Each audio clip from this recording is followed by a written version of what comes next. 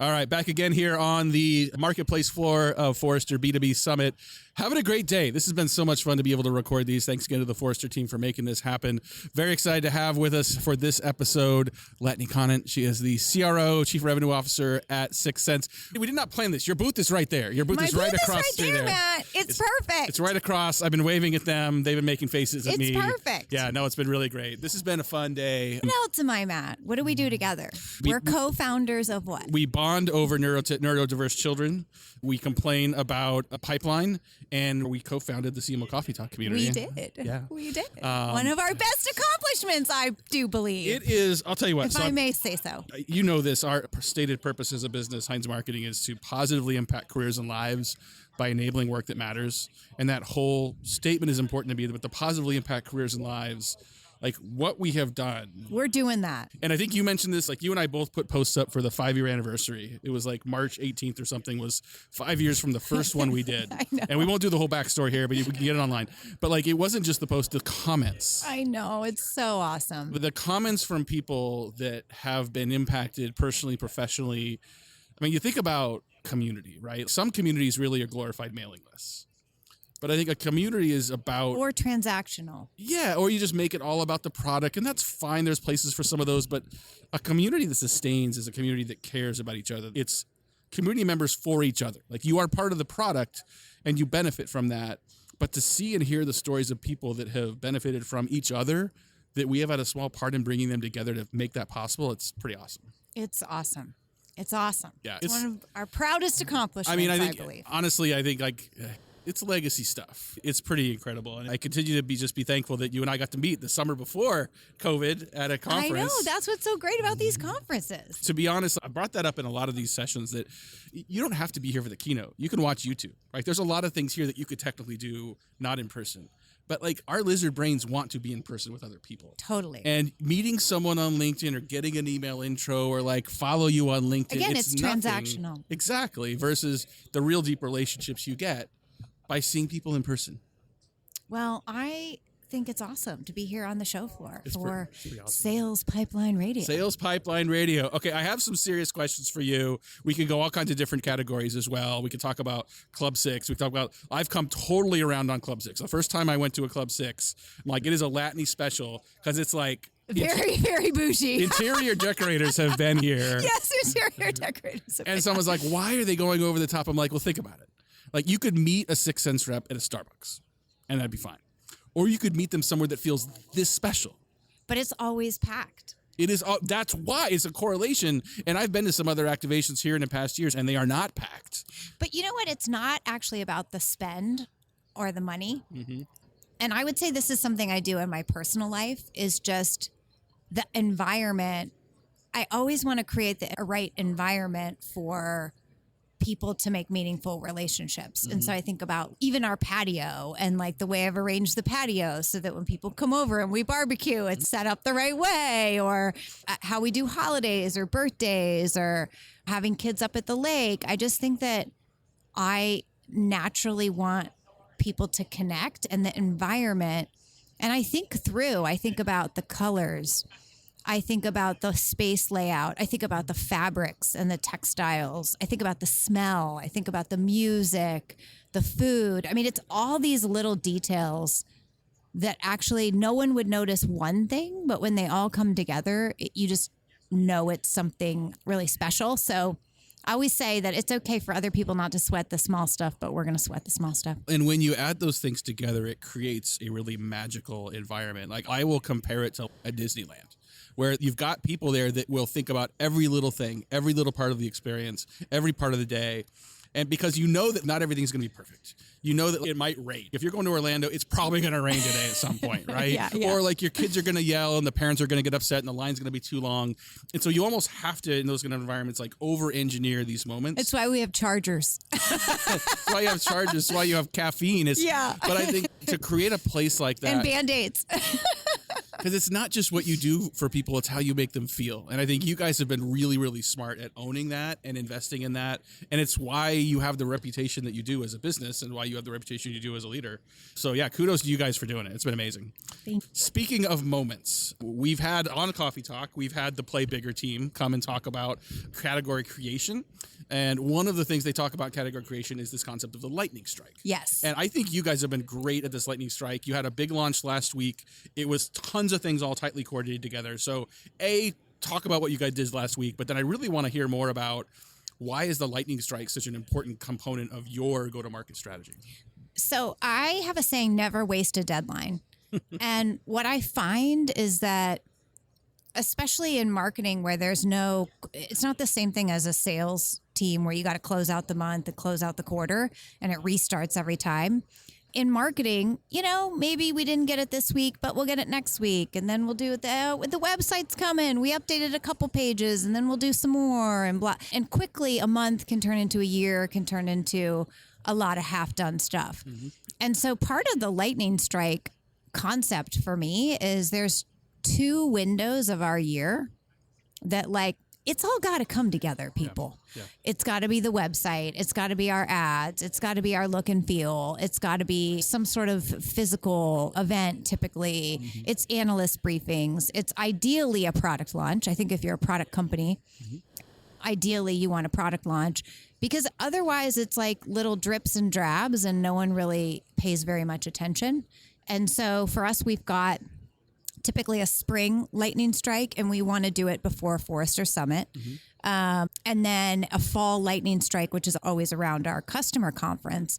And again, what's going to be our new message? How are we going to keep it fresh? How's the website going to be updated? We updated our brand look and feel as part of this one. Mm-hmm. There's a lot of internal enablement that people don't see. So Matt, you see the big event, which we'll talk about, but what you don't see is multiple weeks of field kickoff, certifications, AE certifications, new pitch decks, new demo assets, so that it is ready to roll from top to bottom across the revenue team. And for this one in particular, and so for those tuning in, we essentially launched a workflow engine. Mm-hmm. And you might be like, wah. But wait a second. Here's what's so cool about it. If you think about a typical ABM platform, it's built for accounts. It's built to advertise typically at an account level or maybe personalize a website at an account level. So you do all this stuff in there at the account level. Then you turn around in your chair and you got to manage all of your contacts and put those in nurtures and send direct mail because people have a whole nother system. But the reality is you market to an account, you market to a persona, but ultimately you engage with a person. And you don't want to do it just on display ads or on your website, or there's sales involved too. And so what we've done is we have built one place where you can manage account audiences, people audiences, persona audiences, and segment based on anything your heart's desires. And you can push to any channel. And it all runs with our AI at the core because as companies are moving in and out of different buying stages, I'm sure we've talked about buying groups, and buying group moves in and out, and it's not a linear journey. So if someone is in this stage today and then tomorrow the buying group moves to a different stage, in real time, their campaign, their play is going to change. And so this is just stitching together so many things to make it so much more efficient and effective for marketers to build pipeline. And I think what you're going to love, Matt, is something you're passionate about is the drain on marketing execution. Mm-hmm. And I know there's a stat, not Forrester, but someone else similar, about just how hard orchestration is. Right. We're bringing this all together in one place. And what has been so interesting is when we demo it and we show it and the beta customers, they're like, this is life-changing. This is amazing. And then one of the beta customers said, for the first time, I can show a picture of what I do.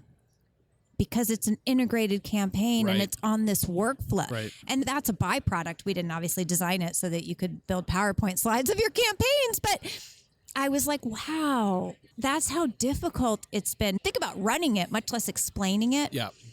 And so this is now live. And what's really cool about it is every 6 Sense customer gets this. So it's not another product. It's not an add-on. It's going to be rolling out in everyone's instances over the next couple months. I don't think people realize how rare that is. Usually when you do a lightning strike, you have a new product. You're like, oh, and you're going to pay another $8,000 a month for this, as opposed to saying, this is now just what everyone gets. It is. And it's important for us because we're a platform. And what I'm noticing now is there's this new theme around unbundled ABM. And I'm going to take this data and pay all this for this credits and those credits and put it in here and do it in there and pay consultants to do this, that, and the other. And I'm like, oh my God, we're going so far backwards. Yep. This is a nightmare. This is expensive. And it's not like, I want us out of our own way. And so for me, the direction that we're taking is to make it easy. And I think for a long time, 6 Sense was like, oh my gosh, the AI and very technically forward. And now, A, that stuff is just white noise. Yep. But B, I want to be the easy company. Mm-hmm. You know, like I think that we used to appeal to like the early adopters. Yeah. And now I'm like, if you want to go tinker in 72 tools, do that. But when you're ready for it to just be easy, come to us. Well, and that's part of our new pricing and packaging strategy too. You mentioned sort of the visuals of the workflow and how it all works. And I think the visuals are really important because I think you still see a lot of companies saying like, well, how much did we get from our digital campaign? Or we did this event, what pipeline came from it? And then it's like, no, here's the event. And it's here's the ads that ran. Yeah. And here's the pre-webinar that we ran and the post-blog we sent. And you're right. It will help with that too. For some companies, that's the inconvenient truth of how modern B2B works, is that you have to do a lot of these things together. And I wish it was easier, but it's not if you want to drive predictable outcomes from large, complex deal cycles. The other thing you mentioned as part of that I think is really important around the lightning strike is the forcing function to get things done on time. Like you mentioned sort of collaboration drag and the fact that like it's so much harder now with these complex motions to get things done. Speed to market has become increasingly difficult. When you can say on March 25th, we are launching. We are launching. Right. Yeah, we are launching. And what was so fun about this one is obviously we're customer zero of our own product, but we used the workflow product to run the workflow product launch, right? So the lightning strike is in there in our instance and all the different little activations that we did around this to make it possible. And of course, in 6 Sense fashion, we made it, I think, entertaining. And oh, yeah. If you haven't seen it, I know we have a no pitch rule in CMO Coffee Talk. We don't have one here, but definitely go to 6 Sense, check out the launch video. It's not long, too. We made it short on purpose. But it is entertaining. Like yes, it literally is entertaining. It's fun to watch. I think hopefully it'll give you some ideas for what you might want to do for some of your own launches as well. We don't have to make B2B boring. We can make it something that has some entertainment value that people actually want to spend time with. I think it's important. We are live here on the floor. I think sessions must have gotten over, Latney. It's getting a lot busier and noisier in here, which is awesome. We're live on the Forrester B2B Summit Marketplace floor with Latney Conant. When we first met, you were the CMO at 6 Sense. You are now the CRO. You've been the CRO now for, I think, a little over a year. Not every CMO wants that job, but I'm talking to more and more that say, listen, the next step for me is now that you have shown the path, now that others have shown the path, like a year in, give a summary of the experience and, what would be advice you'd give to CMOs that are interested in making a similar jump? So I think, first of all, understand the scope of what CR role you are stepping into because they vary vastly. The one that I happen to step into has all of post-sale as well as sales and as well as partnerships. And then, of course, marketing. So I think the first thing is you got to prioritize. My scope is so broad that it's like I need to prioritize the stuff I give an F about and the stuff I don't give an F about right now. And I would be very open with the exec team. Like, why aren't we doing this? And I'm like, yeah, we're not doing that right now. I'm sorry. It's a great idea. I'd love to do it. That's 2 quarters out. But I knew in my head the priority of what I wanted to do and where I wanted to make the most progress. I would say I've learned a lot. And the number one thing that I have learned is you have to have a RevOps partner. And I didn't have that for the bulk of it. And I just now have that, and it has changed my life. So if you were thinking about doing this, you need to be two in a box. Don't do it without knowing that you are going to have a kick-ass revenue operations partner. Yep. Because otherwise you were always like grasping for the data and the information. My CS team runs on Gainsight. My sales team is in Gong. Most of our reporting and marketing is in Salesforce. And then there's Cantata, which is where all the onboarding data is. And then, and we have an EDW, which is where all the product usage data is. And so you can really quickly not know what's up. Yep. And so having that's kind of part one. And then part two is I've really embraced something that I call winning the week. And I think that if you have a team of any scale, you have to show people how to win the week. Yeah. And this is not being big brother or micromanaging. If you've got 200 salespeople and many of them are first-time salespeople or they just got promoted to enterprise from commercial, they need to know, I need to make this many calls a day. I need this many meetings on my calendar. I need this many stage zeros every week. I need to be having this kind of progression call. And if they don't have that structure, then it's really easy to just pop up and not be successful. And so I rolled out winning the week, but I started it with me. And I started it with my week. And my week has so much more structure, Matt. I hate habits. I get bored really easily. So it's been a big change for me. But every Monday, all day Monday is forecast. Wow. And there's a million different forecasts now that I have to be on top of, right? Obviously pipeline, obviously sales, then there's renewals. We forecast onboardings and the health of onboardings. We forecast product adoption. So that's part of it. We forecast hiring because if you get behind on hiring in sales, that's a problem. Yep. So literally it's 10 hours of forecasts. Wow.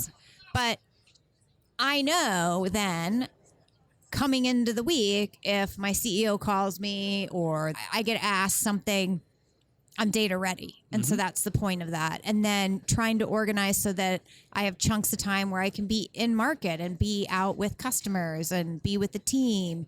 And then Friday is all about inspection. And that's looking at scorecards and saying who's falling behind, team by team, who's falling behind. And what do we need to do to course correct? Because if you have a process and you don't inspect it, you may as well not have the process. People are not going to follow the process unless they know you're inspecting it. So that's been a big change for me. And I would say those are the two most important things to think about if you're going to step into this. Yeah. Thank you for sharing that. You've always been very open and honest about the experience, the good and the bad, and the things that you're learning and things you're adjusting to. I wanted to ask you about the community, though, because I think some people listening have heard the origin story of the breakfast and getting shut down with COVID and then moving it to online. We had a lot of sponsors of those breakfasts over the years, and a lot of them were looking for short-term pipeline. I know. I remember they would pay you. They'd be like, we just want whoever comes as a lead, and we pay you like a certain amount per lead. Yeah. Or they would say like, hey, let's start with 2 breakfasts, and if we get enough pipeline out of those, then we'll do more. I'm like, you're not thinking about this right. And so when we converted to doing online, it was just really serendipitous to have it with you because you got the same vision. In fact, you got it better than I did. You said, we're not recording Fridays. You said, we're only letting CMOs and heads of marketing be part of this. And those are foundational elements that have helped us grow.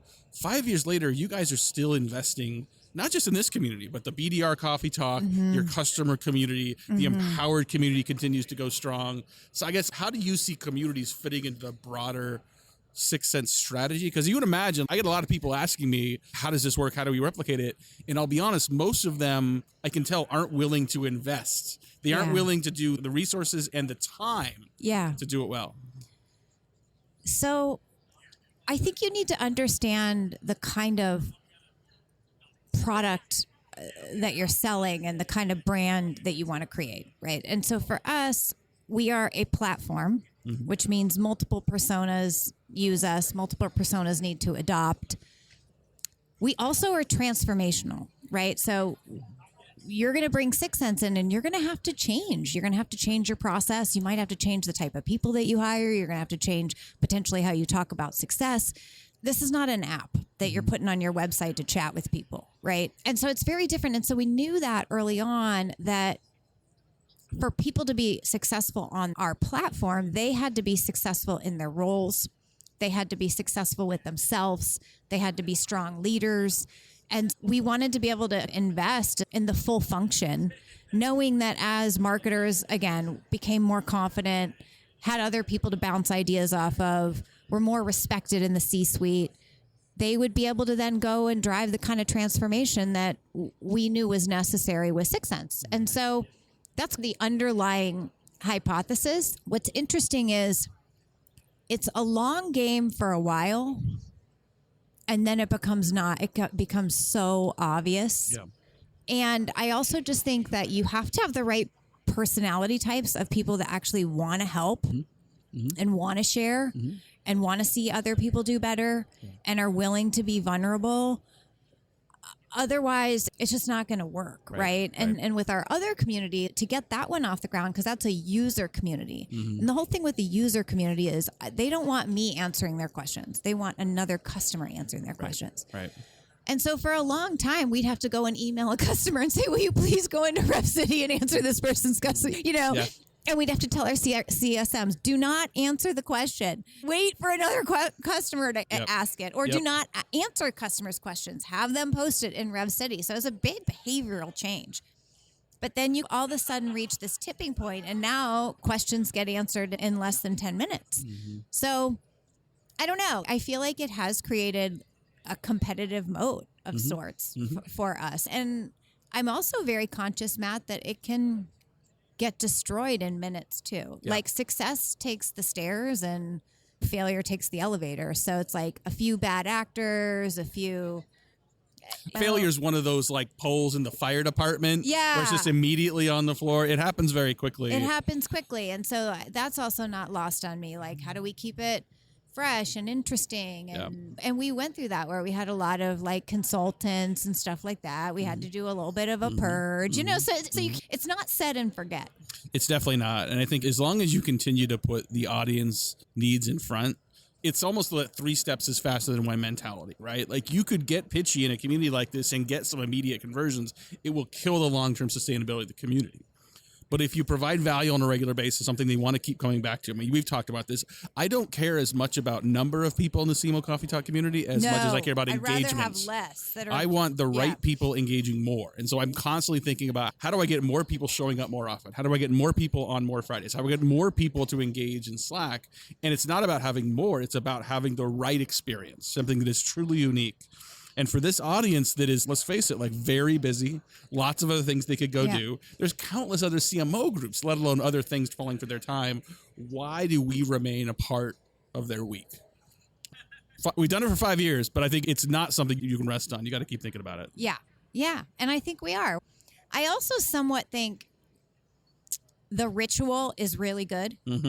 Because I've noticed there's other communities where it's dinners and they're in the city. And then if that night doesn't work, that night doesn't work. This is nice because you plug in any Friday and we're there, we're doing our thing. And guess what? If you're busy a bunch of Fridays, that's cool too. Come and go. We'll be here next Friday. Yeah, we'll be here. Same shenanigans. Yeah. So yeah, consistency is important. You and I talked about this, I think like a year and a half in, started thinking, we could do all these other things.